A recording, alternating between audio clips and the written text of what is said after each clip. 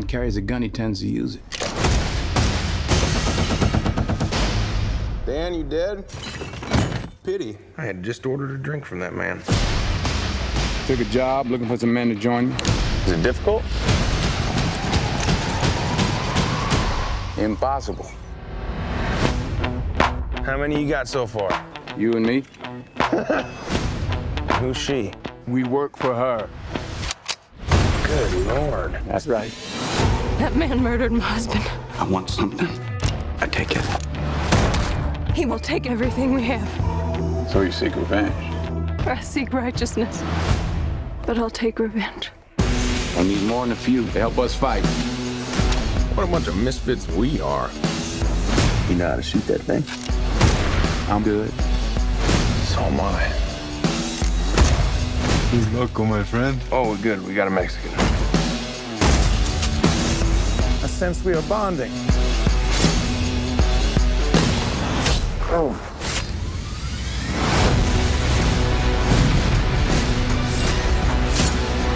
We got a 7. He's got an army. And they'll be murdered by the world's greatest lover. Why are you here? Fighting someone else's fight. These people deserve their lives back. Just make sure we're fighting the battle in front of us, not the battle behind. Every man's got the right to choose where he dies. We have nowhere else to go, so. You ain't never seen a soldier like me. 1, 2, 3, I'm a vigilante. 4, 5, 6, kiss that ass goodbye. When I pull the gun, then somebody gotta die. What's the plan? I've always wanted to blow something up. It's not a plan. I'ma put your lights out. We can do this right now. I'm ready for war. How'd we do? I think we killed them all.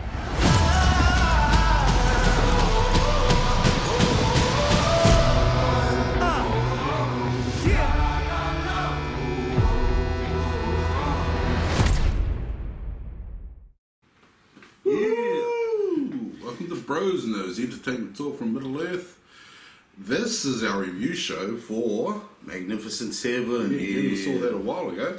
Gavin, you saw everyone saw the trailer. Mm-hmm. What's your take on this thing? It's a fun movie. Certainly a lot of action, good time out with a bit of popcorn and ice cream. Of course, this is a remake of many films. Of course, originally The Seven Samurai by Akira Kurosawa, and then you got the one from the 60s, the Magnificent Seven cowboy movie in the 60s.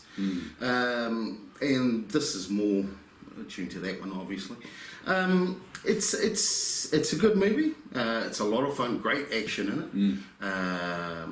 Really enjoyed Denzel Washington's character.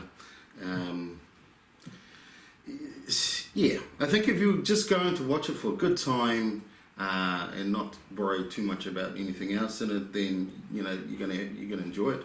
Right. It's certainly worth watching. So Denzel plays the Yul Brynner character. Yeah, Denzel plays the Yul Brynner character. Goes around rounding up everyone. Yeah, Chris Pratt is sort of the Steve McQueen character. He's they're all a little bit different to those characters, although many of them have elements of the original characters. Yeah. So you have Coburn's character, who's by Vincent D'Onofrio. Yeah, he's sort of more tuned to that set. He's more of a kind of a wilderness guy, you know. But because that was Bronson's character, who was kind of a wilderness type guy, wasn't it? No, Bronson's character, he's like he's a soldier of fortune kind of guy, yeah. And that's it's probably close in tune to Ethan Hawke's character, although Ethan Hawke's character also has elements of Vaughn's, not Matthew Vaughn's. Was it Matthew Vaughn? No, it's not Matthew Vaughn. The other guy, Man from Uncle guy, anyway. Yeah. His character, and so there's elements of that. It's pretty much starts the same. The synopsis of the movie is very much the same. There's a bad guy. He's troubling this town because he wants money for this and that. Okay, and they don't have the tools or the experience to deal with them, so they decide to get some people to go on and deal with this issue. They come across Denzel Washington's character, who plays a deputy marshal, and he takes bounties and things like that, so they try and hire him. And he has a good motivation in this. So his motivation to become a part of this this team is because he's had previous dealings with this bad guy. And so that's his motivation. The rest of them, not so much. Now, if you look at the first Magnificent Seven, the Western version, the Western version, yeah.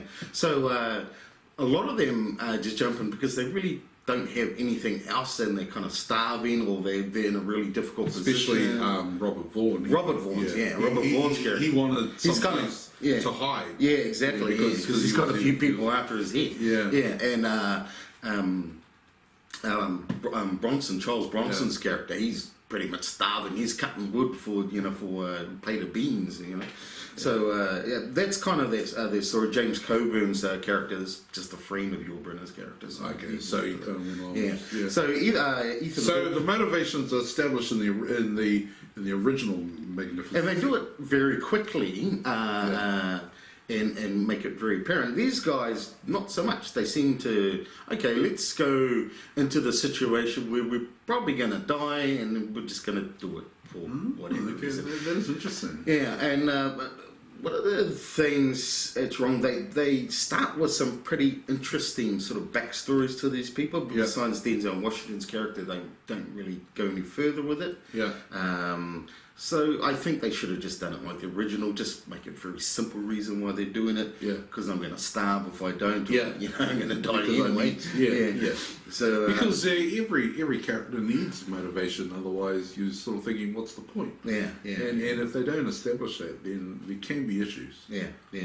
The Chris Pratt character, he was kind of odd. He sort of was the guy who's going to have the funny quips, really. Yeah. And there was no real meat to his character. I don't know that you need that in this type of movie. Yeah. But they started it. That's the thing. They started to develop it, and they just went nowhere with it. So they probably sort of just made it, bang, he's here because of this reason, instead of, okay, this is this person, and he is a multi-dimensional person, but we're not going to tell you what those dimensions are, but we're just going to hint at it. Yeah. So they should have just scrapped it all together, and they could have cut out 30 minutes of the movie, because it's an action movie. It doesn't need to be 133 minutes long, which it was. Although I didn't mind it, it went pretty quickly because it was fun, So A lot of fun. yeah. So could have been better. Certainly. Expect better from Antoine Fuqua, especially, with this, the pairing again with Denzel and Ethan Hawke from Training Day. Oh, yeah, of course, Training Day, wasn't it? Yeah. Yeah, so expected more story-wise, but didn't quite deliver. But still an enjoyable time, great action, good fun out. Yeah. Interesting. I didn't go to see this movie. I'm not a big fan of cowboy movies, I'll be honest.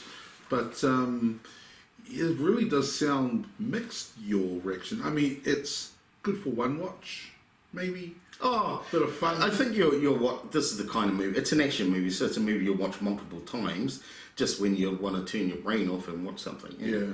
But would you go to the theatre to watch it multiple times? No, I wouldn't go to the theatre again or wait for it to. Yeah, right. Drop on DVD or something. Compared to the original? I think the action is better than the original. I don't think overall the story is as good or as compelling. I think, I think from what you're saying, the motivations of the characters are really firmly established in the original. Yeah. And even in Battle Beyond the Stars, there were motivations in that version. Yeah, there are, the chick who has to prove herself in battle. Again, you got Robert Vaughn with the same character. Yeah, same character. A bounty hunter who's wanted by everyone. Yeah. He just wants someplace to do it.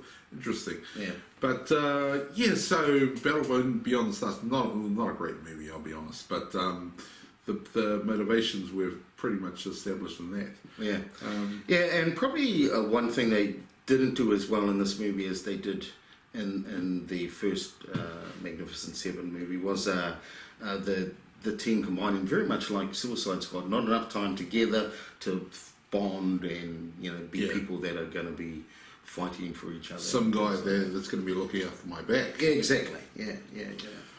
Okay, well, have you got anything to add before you go into your rating? No, I think that covers it. And as a story, it didn't quite meet the where it needed to meet. As an action flick, it was great fun. Acting performances?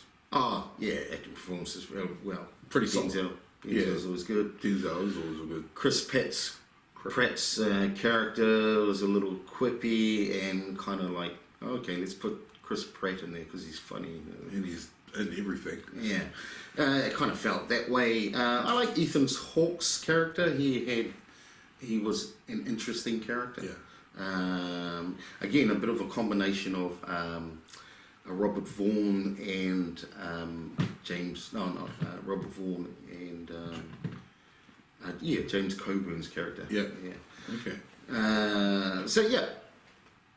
Rating. I did enjoy it. It should have been better. I'm going to give it. I gave Miss Peregrine a 7. I think it's a bit better than that. I'm going to give it 7.5. 7.5? Yeah, because it's just a bit more fun. Right. Yeah.